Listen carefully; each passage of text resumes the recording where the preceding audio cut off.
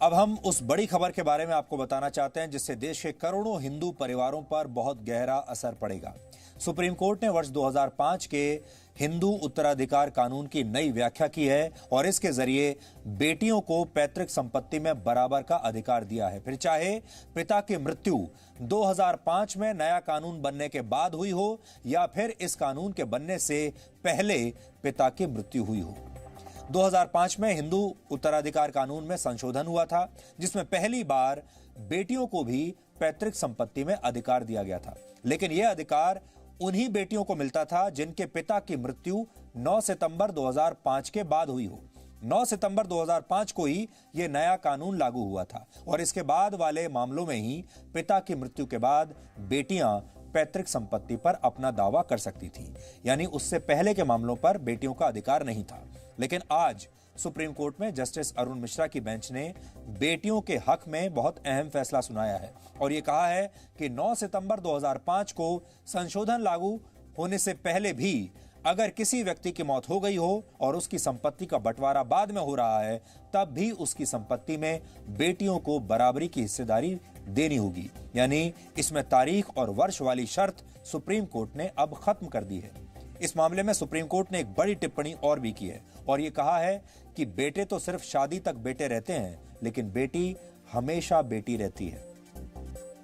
विवाह के बाद बेटों की नियत और व्यवहार में बदलाव आ जाता है, लेकिन एक बेटी अपने जन्म से लेकर मृत्यु तक माता पिता के लिए प्यारी बेटी ही रहती है।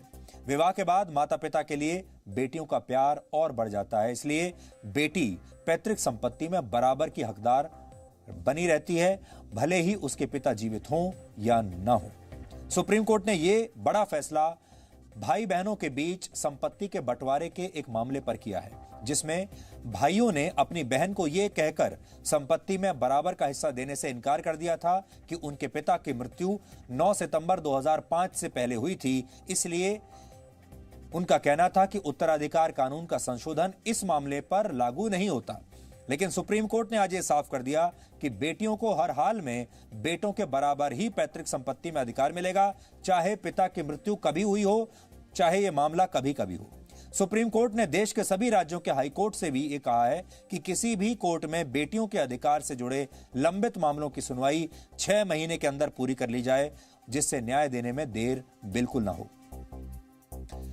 अब हम इस फैसले के बारे में आपको आसान शब्दों में समझाते हैं, क्योंकि ये कानूनी भाषा में कई फैसले ऐसे आते हैं जिनके बारे में आपको ठीक से समझ नहीं आता। हिंदू उत्तराधिकार कानून के मुताबिक संपत्ति 2 तरह की होती है। एक संपत्ति पिता द्वारा खरीदी गई संपत्ति होती है और दूसरी पैतृक संपत्ति होती है, जो पिछली 3 पीढ़ियों से परिवार को मिलती चली आई है, पीढ़ी दर पीढ़ी। कानून के मुताबिक बेटा हो या बेटी, पैतृक संपत्ति पर दोनों का जन्म से बराबर का अधिकार होता है। इस तरह की संपत्ति को कोई भी पिता अपने मन से किसी को नहीं दे सकता, यानी किसी एक के नाम पर वसीयत नहीं कर सकता और ना ही बेटी को उसका हिस्सा देने से वंचित रख सकता है। अगर पिता ने कोई संपत्ति खुद अपनी आय से खरीदी है, यहां ध्यान देने वाली बात यह है, अगर पैतृक संपत्ति नहीं है और पिता ने यह संपत्ति खुद अपनी आय से खरीदी है, तो उसे अपनी इच्छा से किसी को भी यह संपत्ति देने का पूरा अधिकार है। लेकिन इस पर भी उसके बेटे और बेटी इस आधार पर आपत्ति कर सकते हैं अगर उन्हें यह लगे कि पिता अनैतिक तरीके से यह संपत्ति किसी को देने की कोशिश कर रहा है। अगर पिता की मौत हो गई है और उसने खुद अर्जित संपत्ति की वसीयत मृत्यु से पहले नहीं बनाई थी, तो ऐसी स्थिति में उसकी संपत्ति उसके बेटे और बेटियों में बराबर बांटी जाएगी। अभी तक जो कानून था उसके मुताबिक 9 सितंबर 2005 के बाद पिता की मृत्यु होने पर ही बहन को भाई के बराबर पिता की संपत्ति में हिस्सा मिलता था, लेकिन आज के फैसले के बाद 9 सितंबर 2005 से पहले भी अगर पिता की मृत्यु हुई है तो उस संपत्ति में भी बहन को भाई के बराबर ही हिस्सा मिलेगा।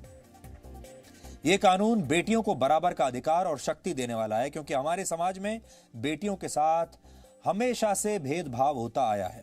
अक्सर परिवार ये चाहते हैं कि जल्द से जल्द बेटी की शादी हो जाए। शादी के लिए दूसरे पक्ष से दहेज का दबाव होता है और इन दोनों पक्षों के बीच में अक्सर बेटियां फंस जाती हैं और बहुत सारे लोग तो अपनी बेटियों को ये कह देते हैं कि आपका जो पैतृक संपत्ति में हिस्सा था वो हमने आपकी शादी में खर्च कर दिया, आपके दहेज में हमने वो पैसा लगा दिया, इसलिए अब आपका कोई हिस्सा नहीं बनता। ऐसा भी बहुत बार होता है। कभी कभी ऐसी स्थिति भी बन जाती है कि ससुराल में बेटियां परेशान होती हैं, लेकिन उसके मायके वाले उस पर हमेशा दबाव डालते हैं कि वो किसी तरह से भी वापस घर ना आ जाए, अपनी ससुराल में ही रहती रहे। यानी जब बेटियां परेशानी में फंसती हैं तो उसे शरण देने वाला कोई नहीं होता। लेकिन पैतृक संपत्ति के अधिकार से अब उसे एक नई ताकत मिलती है और इस अधिकार से सम्मान के साथ जीने का जरिया अब हर बेटी को मिलेगा। कहने के लिए तो बेटियों को समाज में बराबर समझा जाता है, लेकिन यह बराबरी कई बार सिर्फ कहने के लिए होती है। जब पैसे का मामला आ जाता है तो स्थितियां बदल जाती हैं। यह हमारे समाज का एक बहुत बड़ा दोष है कि बेटियों को ऐसे अधिकार मिलने पर समाज का असली चरित्र दिखना शुरू हो जाता है। पैतृक संपत्ति में अधिकार मिलने के बाद कई जगहों पर बेटियों को अब कहीं बड़ा बोझ माना जाने लगा। लेकिन इस कानून के दुरुपयोग की भी उतनी ही आशंका रहती है, क्योंकि कई लोगों की सोच यह है कि पैतृक संपत्ति पर अधिकार से बेटियां अपने ससुराल पक्ष को ही आर्थिक तौर पर मजबूत करेंगी।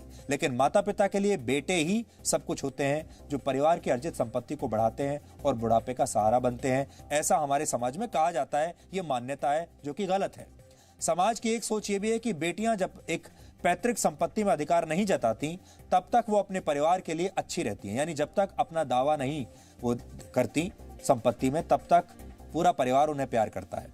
लेकिन जैसे ही कोई बेटी पैतृक संपत्ति पर अपना दावा कर देती है तो फिर उसके परिवार के साथ विवाद शुरू हो जाता है, वो प्यार गायब हो जाता है। कई बार बेटियां खुद ही पैतृक संपत्ति से दावा छोड़ देती हैं, क्योंकि उसके पिता उसकी शादी पर काफी पैसा खर्च कर चुके होते हैं, दहेज दे चुके होते हैं, और कई बार तो बेटे की शादी में अपने जीवन भर की कमाई भी कई लोग खर्च कर देते हैं। अक्सर महिलाएं इसलिए भी पैतृक संपत्ति पर दावा नहीं करती कि विवाह के बाद माता पिता और भाइयों के साथ उनके संबंध अच्छे बने रहें। इसलिए कई बार पैतृक संपत्ति पर अधिकार का कानून व्यावहारिक तौर पर समाज में अमल में नहीं लाया जाता है, और बहुत सारी जगहों पर तो अब भी नहीं लाया गया, क्योंकि बेटियां अपने माँ बाप को और अपने भाइयों को परेशान नहीं करना चाहती। और बहुत सारे परिवारों में ये बात है कि जैसे ही बेटियों ने अपना अधिकार मांगा, संबंध खराब हो जाते हैं। बहुत सारे लोग ये भी सवाल उठा रहे हैं कि पैतृक संपत्ति में बराबरी के अधिकार का कानून सिर्फ एक धर्म के लोगों पर क्यों लागू है। देश के सभी परिवारों पर यह कानून लागू होना चाहिए, जिससे देश की सभी महिलाओं को यह अधिकार मिले। इसलिए लोग देश में यूनिफॉर्म सिविल कोड यानी समान नागरिक संहिता को लागू करने की मांग कर रहे हैं। और हम भी शुरू से ये कहते आए हैं कि पूरे देश में हर समाज के लिए, हर धर्म के लिए, हर जाति के लिए एक ही कानून होना चाहिए, अलग अलग कानून नहीं होने चाहिए। यानी पर्सनल लॉज जिन्हें आप कहते हैं वो नहीं होने चाहिए। Presenting B News app available on Google Play and App Store. Download it now.